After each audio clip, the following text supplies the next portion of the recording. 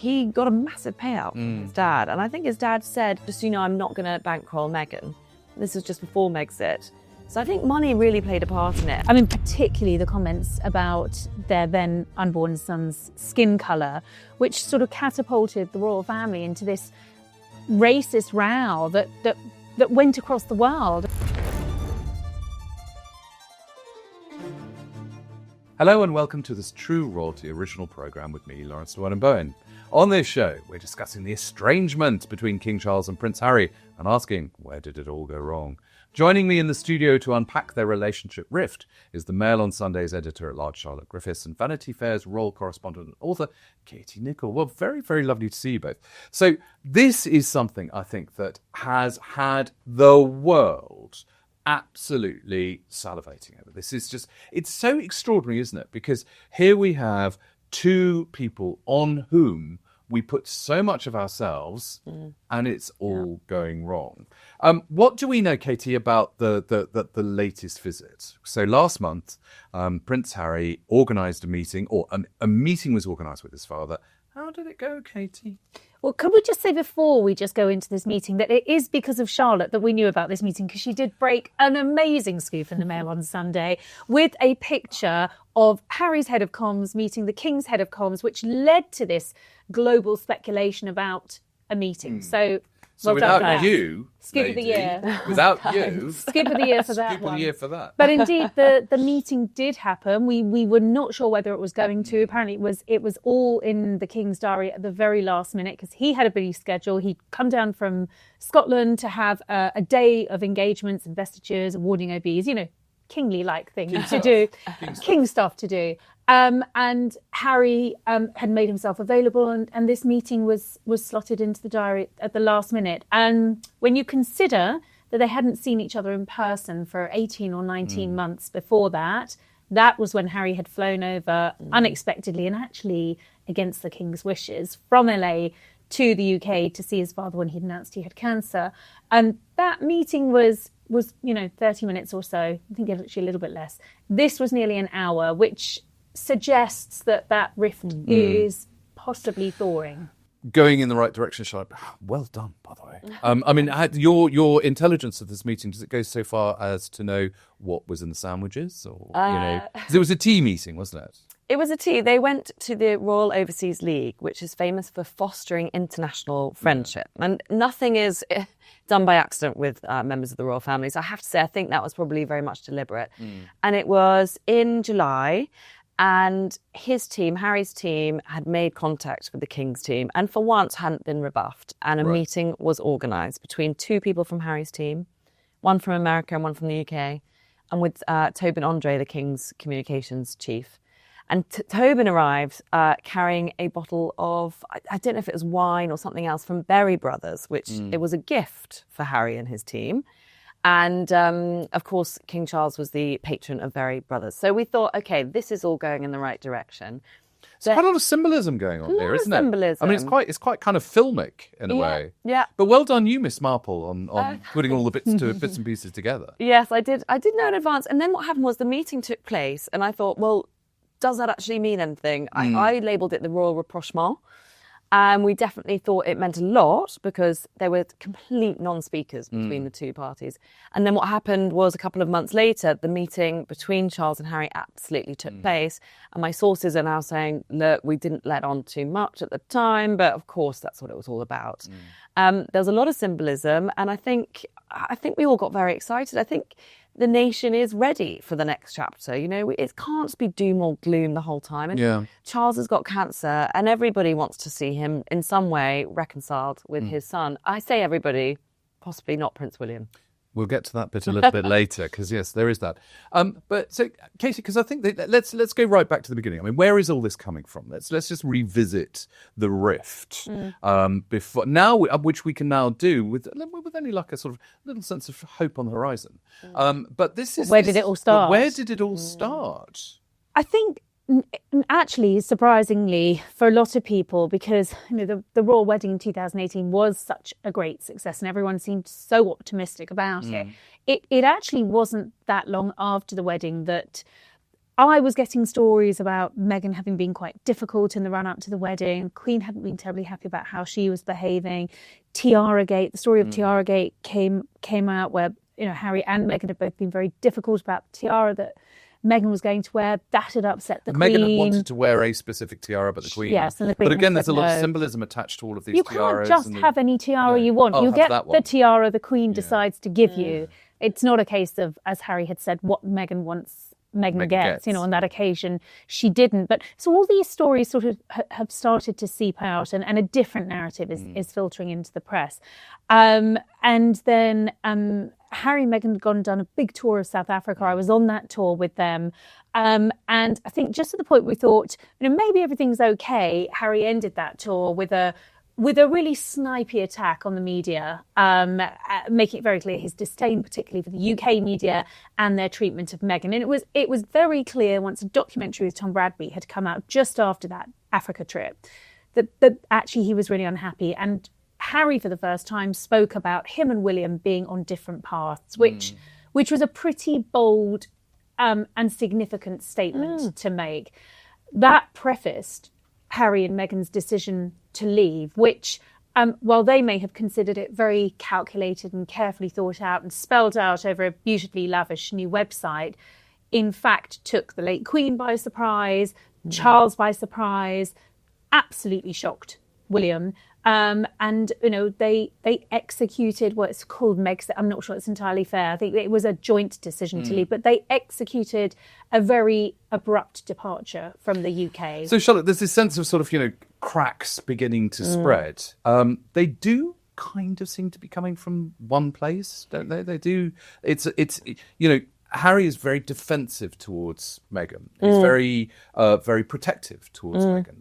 And Meghan appears through a lot of this to be quite impatient with the way things are going. Yeah, Meghan obviously has taken endless blame for the whole of Megxit, everything that's come afterwards. But I do believe that Harry was looking for someone to give him an exit strategy. And I think he was just waiting for his princess in shining armour or something to unleash this side of him. And although I think she does get a lot of the blame, he was willing, he was ready to go. He was ready to cause a fuss, make his exit. I don't think it had to be quite as dramatic as it was. But what I thought was so interesting, and you revealed this, Katie, at the time, was that Charles's nickname for Meghan was Tungsten, because she was unbending. But Charles was always quite affectionate towards Meghan. He knew that she was difficult. He knew about all the dramas. But he somehow found it kind of faintly amusing, kind of respected her for it. He walked her down the aisle on her wedding day. Actually was really fond of her, knew that she was Duchess difficult, and just maybe knows his son so well that he probably thought this is what he needs and wants, and I'm okay with it. He knows the role that the monarchy need to perform, and this was a modernising move. Yes, I mean, before then, the policy was it has to be an aristo, it has to be a 19-year-old, non-divorced. Diana was famously 19 when she met Charles. But they really broke the mould with this. They kind of broke the mould with Catherine, actually, because she wasn't a member of the aristocracy. And technically, she's a member of the middle class. And then they went this next step further by accepting Meghan. But there was a lot of trepidation. And you had loads of reports at the time of people saying to Harry, look, are you sure you've done your due diligence? Did we at the time, or did that come up a lot later? Because, I mean, obviously, this is one of the big things that started coming up much later with the Oprah interview, was the speculation within the royal family, which was often not necessarily very constructive. I think the initial stories that just made us aware that there was tension, behind the scenes, behind the palace walls, did surface, as I said, shortly after the wedding, and they didn't seem to go away. And what seemed very clear from sort of our viewpoint in the media was that Harry and Meghan seemed to be on a different trajectory. There was clearly a sense of competition for the sort of top roles, which were always going to be for William and Kate, and a sense that Harry and Meghan wanted to do things differently. And I think possibly there was an opportunity for them to not erase royal parameters, because you're never going to do that, but perhaps push things out slightly. And I think the royal household, they don't operate at the same pace that Meghan was used to, but they did make concessions. I mean, they allowed them to leave Kensington Palace, to break off from the Royal Foundation and start off their own foundation, to do tours the way they wanted to do tours. There was a fair amount of flexibility, but obviously it wasn't enough for Meghan and Harry. But I think, to go back to your initial question, where did this rift begin? It wasn't just how Harry left. It was the bombshells that he threw at the royal family in the aftermath, which I think he was rolling grenades into it was grenade Palace, after grenade. Yes, absolutely. And no one escaped his wrath. Not the Princess of Wales, not William, not his father. And, whether that was in Spare, whether it was in the Netflix docuseries, whether it was in one of the, many interviews that he's given, he has used these. I mean, Harry, if he was sitting here, would tell you he's used it as a chance to put his side of the narrative out. But in fact, it feels like he's used it as an opportunity to attack the establishment. Well, this is the other thing, isn't it, Charlotte, as well, because we're actually not used to the idea of the royal family having a narrative. Yeah. Actually, the whole thing has always been about, you don't complain, you don't explain, you get on with your job and you sort it out quietly and maybe a little bit slowly and tactfully. But Harry seems to have developed this propulsion to want to really unpack it all quite violently and quite, there was nothing left behind. I was thinking when Katie was saying about the South Africa interview he gave with Tom Bradby, at the time that was so seismic. We could not believe there was a member of the royal family moaning on camera. And that now feels like a drop in the ocean compared to what he's done since. But it was the precursor to it all, wasn't it? But just to think, even that would have been the biggest grenade we've known in our journalistic careers. And then after that came grenade after grenade. And the other thing he kept doing, which was so foreign to Katie and I, because we've been reporting on Harry so much in the lead up to his meeting Meghan, and how incredibly private he was. And then all of a sudden, he's invading his own privacy. He's talking about conversations with William and Charles. It's a complete 180 from the Harry that I was reporting on for many years. But where's that come from? Why has that happened now? I think something happened when he met Meghan. I think he suddenly had a lot came to the surface. In fact, he said this in Spare. A lot of the stuff he'd been pushing down came up. He had a lot of therapy. He did all sorts of alternative treatments as well. And what was all deep down came to the fore. And I think Meghan was a catalyst for that. But I think it probably would have happened anyway, possibly slightly less... less violently. Less violently and less globally. But also the other thing is, it's not as if, it's not as if it's just a personal journey thing. It's also making them quite a lot of money.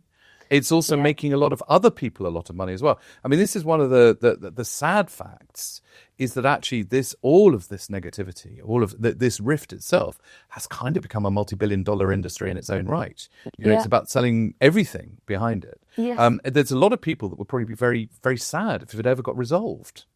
Well, I mean, it's kept us busy in the last few years. But it's not made you happy, though, has it? Actually, I have to be honest, Lawrence, it really hasn't. My first book was William and Harry. It was this bond, this beautiful, unbreakable bond of brothers, and all the wonderful things that they'd done together and how they were re-landscaping that future for the royals. And then here they are at loggerheads, as Charlotte says, they don't even talk anymore. And it does feel really sad. It was funny, wasn't it? Because there was that, that real feeling that these poor, abandoned sons, probably less so, actually, in hindsight, Charles was a lot more involved and a lot more loving and a lot more engaged than that narrative really, gives him space for. But nonetheless, then you have Kate coming on board, and actually they become a three, don't they? They become a very, very kind of powerful three. And there was this assumption that with Meghan, it would be a four, and amazing. You've got this kind of juggernaut of royalty and celebrity that can really propel the institution into the future. The Fab Four. Yeah. And weren't the palace trying very hard at the time to make that happen? I remember there was... Apartment 1A is where Catherine and William live, and there's apartment 1, and that was cleared out. I think the Gloucesters were living there. That was cleared out, and so we all assumed they'd be neighbours living on top of each other, and that they would really weaponise, in a good way, this Fab Four. But then it seemed quite early on, it seemed like that wasn't going to happen. You could tell that Catherine just wasn't warming to Meghan at all. And they did give one joint conference speech together. And there was this famous hair flick where Meghan sort of flicked her hair and looked away from Catherine. And it just little tiny moments like that. And we thought, oh, I think the palace is wishful thinking here. I don't know if this is going to come off as planned. Well, they're probably manifesting. They're probably trying to sort of, put it in the right place and hope it kind of happens. But there's a point where with the wedding of Meghan and Harry, and as you say, afterwards you start getting these little kind of nuggets of rather worrying information coming out. But then there is the big denouement about Charlotte's bridesmaid's gown. And this now, following the Oprah interview, this now seems to have two sides. It seems to be the same thing, but both of the duchesses were claiming that they were the one that was slighted. Yes, I mean, it's still quite a little unclear whether it was over hemlines or whether or not Charlotte was meant to wear tights because Kate wanted her to wear tights, and we all know Meghan's feelings about tights or pantyhose as they're called in America. But I think it was just an example of actually how culturally different they were, how they approached things differently, and this concept that we had sort of created within the media of the Fab Four, and which the palace very much wanted to project as well, wasn't the reality. And one of the things that upset Harry so much was that he felt he didn't have his brother's support over Meghan. He had given William his absolute support of his relationship with Catherine, even when at times Harry used to think Kate was a bit boring, was the truth, in the early days. But he'd always backed his brother. He'd always supported his brother. And one of the reasons they fell out was because Harry didn't feel he'd had that support. So when you look back at it, you can perhaps see where those tensions had arisen. But the rift between father and son, you have to remember that even at this stage, Charles was very much behind Harry and Meghan. He was very much behind the wedding. Well, absolutely. As you say, he seemed to be quite a supporter of Meghan. He absolutely was. And his vision for his monarchy, because of course he wasn't on the throne at the time, but his vision for his own monarchy was that Harry and Meghan would be part of that top tier of royals. That was Charles's vision. So, this is a heartbroken king. That's a big king. thing, because, up until that point, that balcony in Buckingham Palace was full of people, wasn't it? It was a whole football team. Yes. But Charles made this very clear relatively recently, but he was going to scale it down. Very much scale it down. And it would just be about the ones that he felt, really spoke to the nation, but also the ones that worked the hardest. And to have Meghan as part of that alongside Harry was a really, really big thing. It would have been a massive asset to the royal family. Especially the Commonwealth, because that was the big thing they wanted Harry and Meghan to do, is all that international stuff and be the faces of the Commonwealth. And they really needed somebody. They still do need somebody to do that.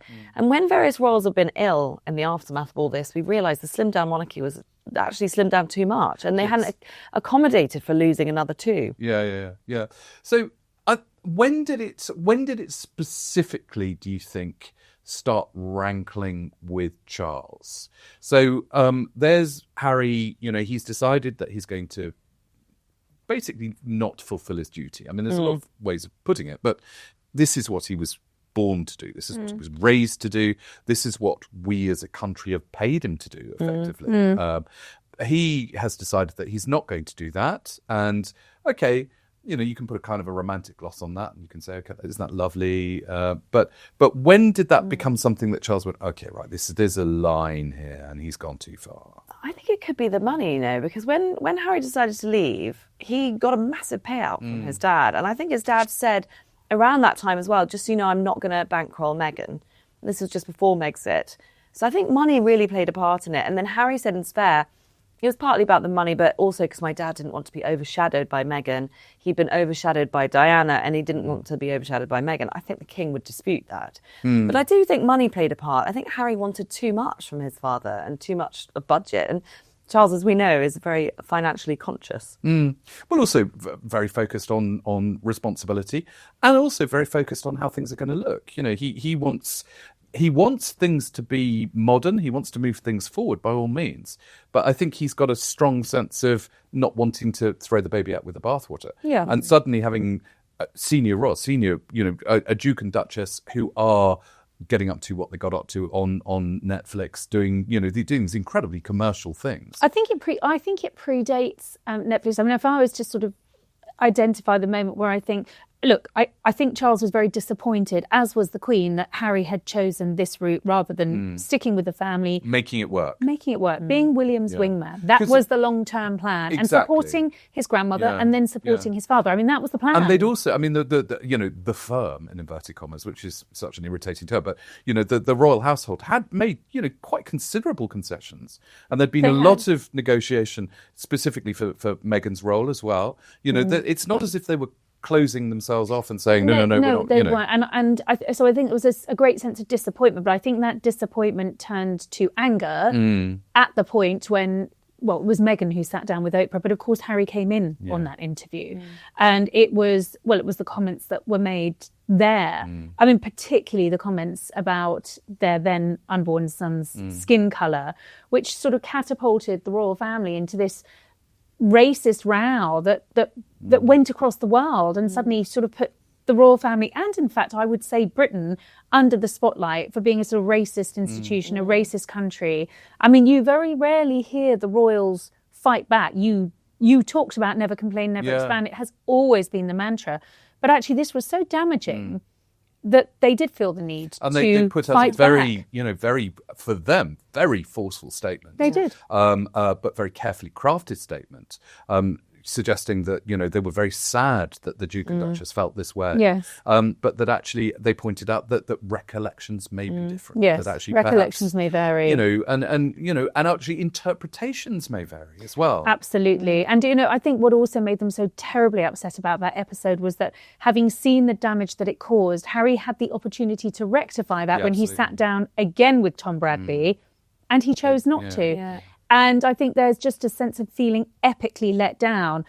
And on top of that, of course, having the Netflix docuseries and then Spare. I mean, I don't think anyone expected Spare to lift the lid in the way it did. But as Charlotte was saying, to be exposing private conversations between Charles, William and Harry, not just any conversations, but conversations that took place at the Duke of Edinburgh's funeral, was just a low blow. And then I think when Harry went for Camilla, which of course he did, that was the red line that had been crossed. Well, I think, but also, because, Charlotte, I mean, recently there's been other books coming out and other insider takes on this that have suggested that actually Harry and Camilla were actually always quite close and they were quite matey and they were quite chummy. And you can imagine that they were the two outside having a fag and, having the joke. So, how have recollections varied, do you think, in the whole Spare process? Well, famously in Spare, Harry called Camilla the villain. Yeah. I don't know. I don't think that's quite the case. I think he's always been really anti-Camilla, actually. I have to say. I think maybe there were moments where they got on and shared the wedding. I think the wedding in 2005, Harry was behind that because he saw how happy his father was. He said in Spare he'd asked his dad not to marry Camilla. And I just think, I don't know, he's so unbelievably protective over Diana and her legacy and stuff. I just don't think Harry has ever been able to separate the blame from Camilla, which I personally am able to do. It seems to me that Charles and Camilla were in love and their love was disrupted and it's all worked out for the best. And as long as Charles is happy, that's what matters. And they're very compatible. I don't think Harry has ever been on board with that as much as people think he has. Well, not that I've read Spare, but I mean, Spare is completely inescapable. You actually don't actually need to sit down and read it because you're so bombarded with all the details. We know everything. Everything keeps coming out.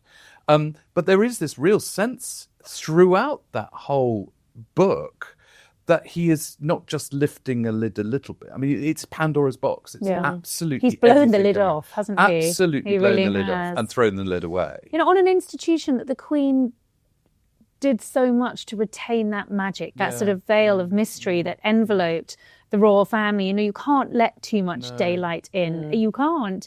Otherwise, you're exposing everything, and he has done that. But that said, there is a relatability to all of this. This is just a family feud. Yes. We've all known families. We've probably all had feuds just like this, where someone said something and somebody else has said something else, and they're not going to speak because unless they apologise. And I mean, it's down on that kind of level. I mean, obviously it's global, but there is something that separates this family from any other. Well, that's it, and that is this idea that they represent unity. They are our royal family. To have this sort of rift at the heart of the House of Windsor, I think long term, and I do think for William particularly, is a problem. It's and now something the that has to Beckhams be have gone resolved. as well, for goodness sake. Yeah, the Beckhams the are Beckhams involved. are They've had a few. Beckhams are doing exactly the same. Do you know what's so disappointing, though, is that a month ago, after Charles and Harry finally met, Harry gave an interview in Ukraine to The Guardian, and he said about Spare, "My conscience is clear," which I thought set him back several paces.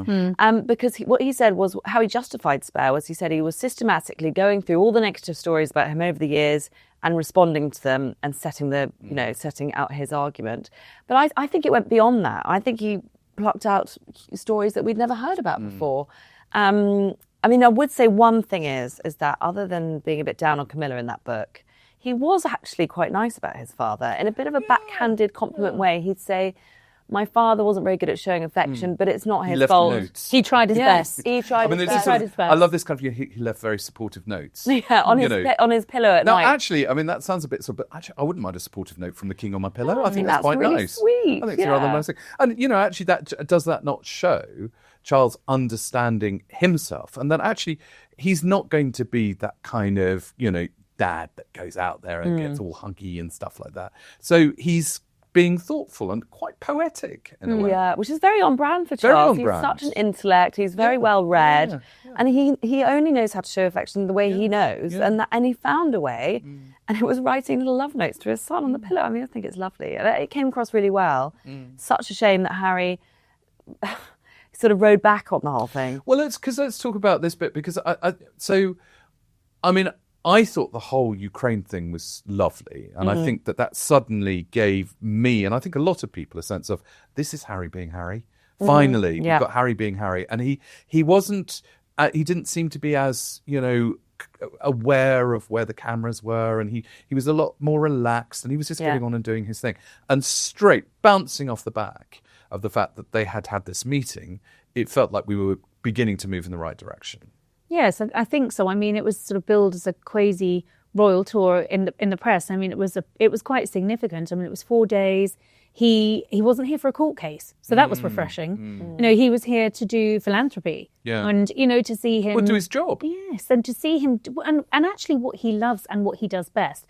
When you saw him at the World Child Awards and interacting with those children and play fighting with a balloon, a sword balloon, and engaging with them, that's the Harry I think we all know and love and would love to see much more of. And actually, he had every right to go to Ukraine. He has served his queen and country in 2 tours of Afghanistan. The work that he has done for the veteran community is unmatched actually by anyone else. Extraordinary. And and that visit had a huge impact, and it was at the request of the Ukrainian government. So he was going to go.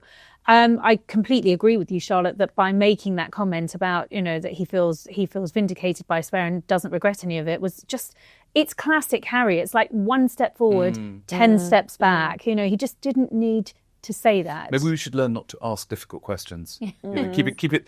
Are rabbits soft and fluffy? Yes, they are. Yeah. They're fine. But so I'm fascinated by this. So both of you feel, but you had the evidence for the fact that there's definitely a change. 18 months ago, he came back in a bit of a hurry because Charles had announced the cancer thing, and he wanted to, he rather forced himself into his father's presence, didn't he? Yeah, it felt, even at the time, it felt so like he was doing it possibly for Netflix, although we'd know probably not, but it felt like he was doing it for optics and not for real love of his father. And I think his father picked up on that. Of course, he was really worried about his father having cancer, but why fly so suddenly? Why fly uninvited?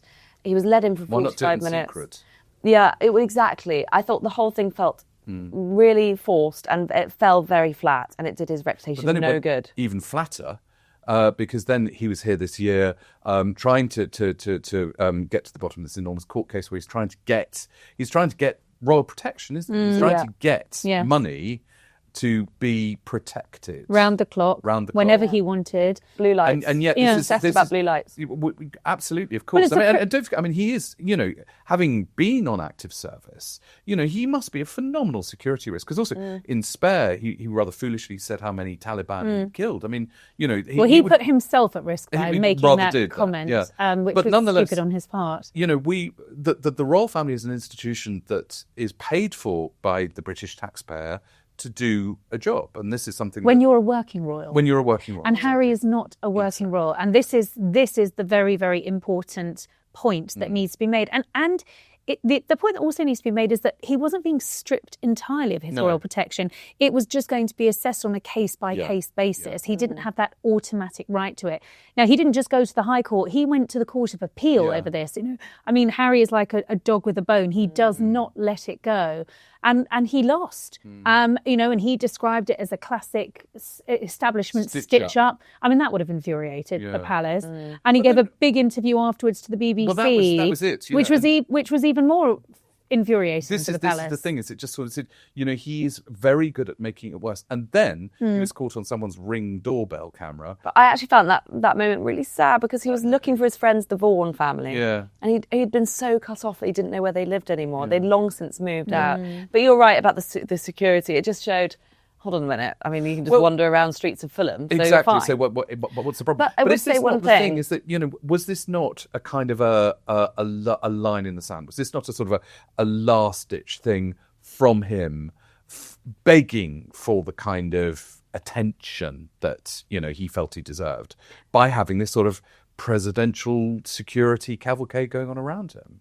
Well, that day with the during that visit in the court case, yeah. I suppose it probably was. I've spoken to some of his friends recently, and they said specifically, if you'd known the details of the threats that he's been given, it would put hairs. You'd be absolutely terrified for him. They said it's actually a miracle he comes here at all. No wonder at all that he doesn't bring his wife and kids. But they said it is really bad out there, and that the threats he's been getting are really, really bad. But, I mean, as you say, Katie, I mean, no one's not giving him security. What they're saying is it's not going to be a right that is something that we are paying for 24 hours a day. Yes. And what is very interesting now about this most recent visit is where he had security, by the way. He had security. And he was... So what was going on there? Where did that security come from? Well, it would have been set up by Ravik, because it would have been assessed in advance. And if it hadn't been, or if it wasn't what he needed, this is a very wealthy man in his own right, who has his own and pays for his own security over in the States as well. So there's always going to be a way to have security. And, he lived over here in the UK very safely with Archie when he was little, never photographed, never stalked, never bothered. He was able to do that. I mean, I would say that he's probably safer over here than he is in America. But but basically, I mean, this is what he'd been offered all the way through.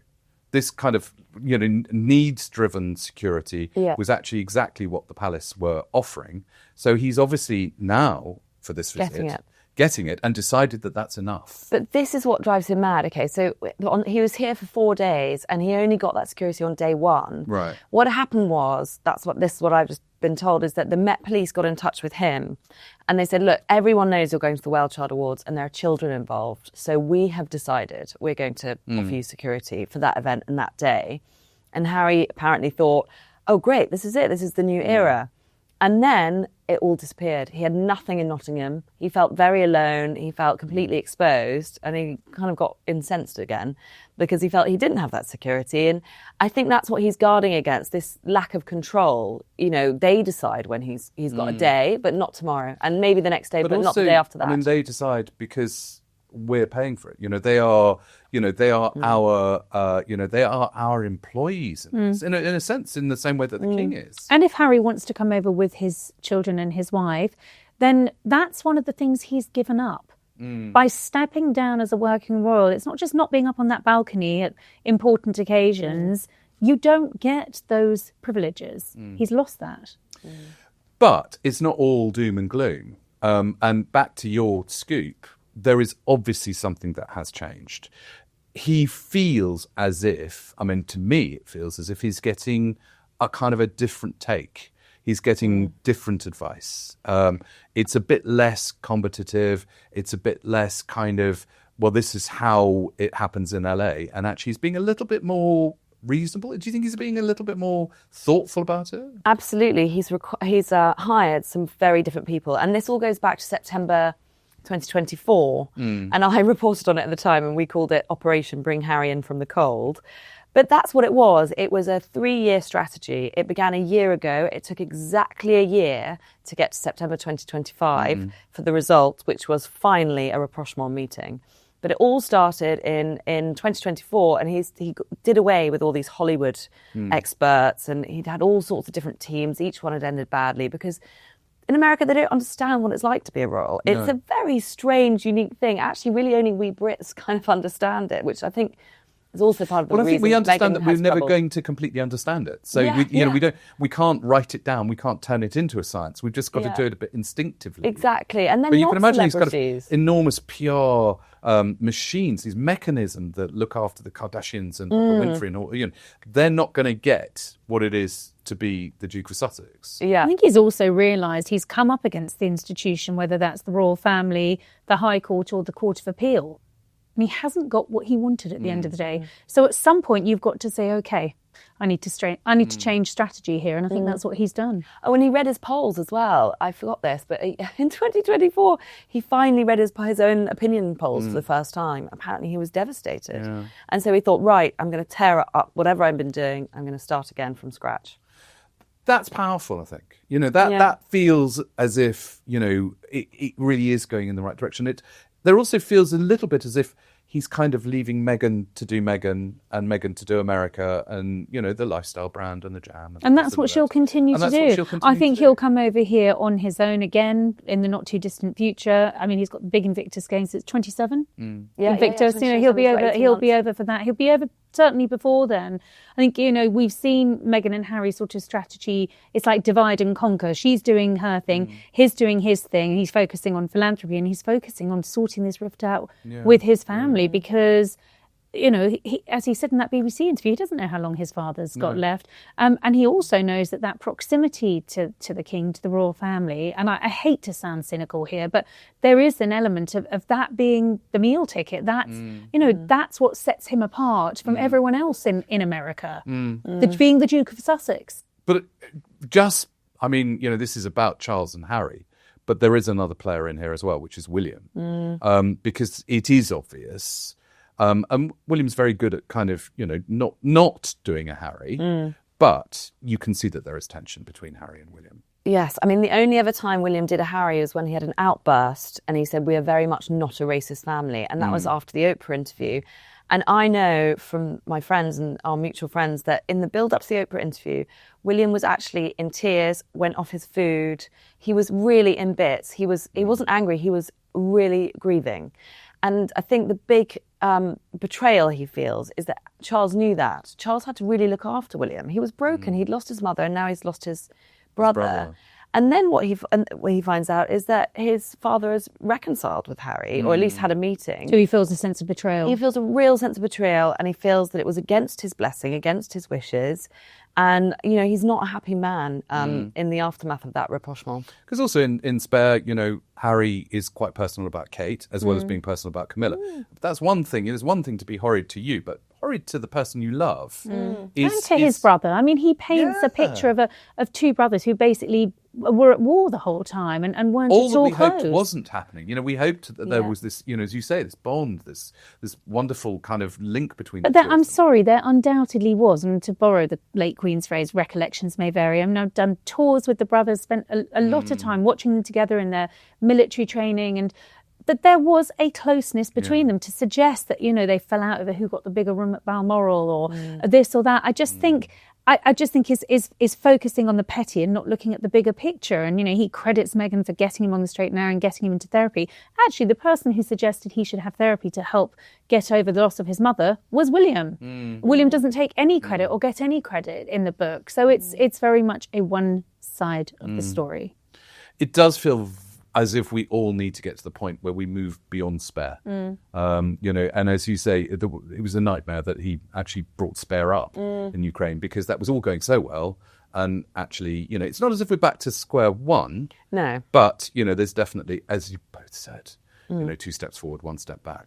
But I think what is very interesting, and I think what you were saying, Katie, about the fact that this is a family like no other. This is a family that we look up to. We look up to. We do. We idolise. Of course we do. We don't want to see them fighting. But if we can see them reconciling after a fight, that is a very, very powerful thing. And actually, if this rift can be healed nicely and grown-uply, and definitely before we lose the king, and I think it will. And there's sources who I've spoken to who are very close to the king describe him as a very magnanimous man, as a man who has a great capacity for forgiveness. But on a human level, wants to have a relationship, not just actually with his son, but with his grandchildren. He doesn't know Lilibet. He's met her once. He barely knows Archie. And it's one of Harry's great regrets that the late Queen only really got to see them on video calls. And he doesn't want that to be the same with his father. So I think there's a genuine desire from both of them to reconcile. I do. I think the ball is very much in Harry's court. If details of that meeting are leaked out weeks down the line or whenever, or in another book, that'll be it. Yeah. The king will close that door that he has always kept just partially opened for a return. Fingers crossed. Yeah. I think we will see it. I think we'll see the king and Harry in public in the next 18 months. Wow. Okay. Lovely. We'll come back in 18 months and we'll talk all about the next chapter. Thank you very much indeed. That was so incredibly illuminating. That's all we've got time for the show. Thank you so much to my guests, Charlotte Griffiths and Katie Nicholl. And of course to you for tuning in. Do keep the conversation going on our socials. Just search True Royalty TV. See you next time.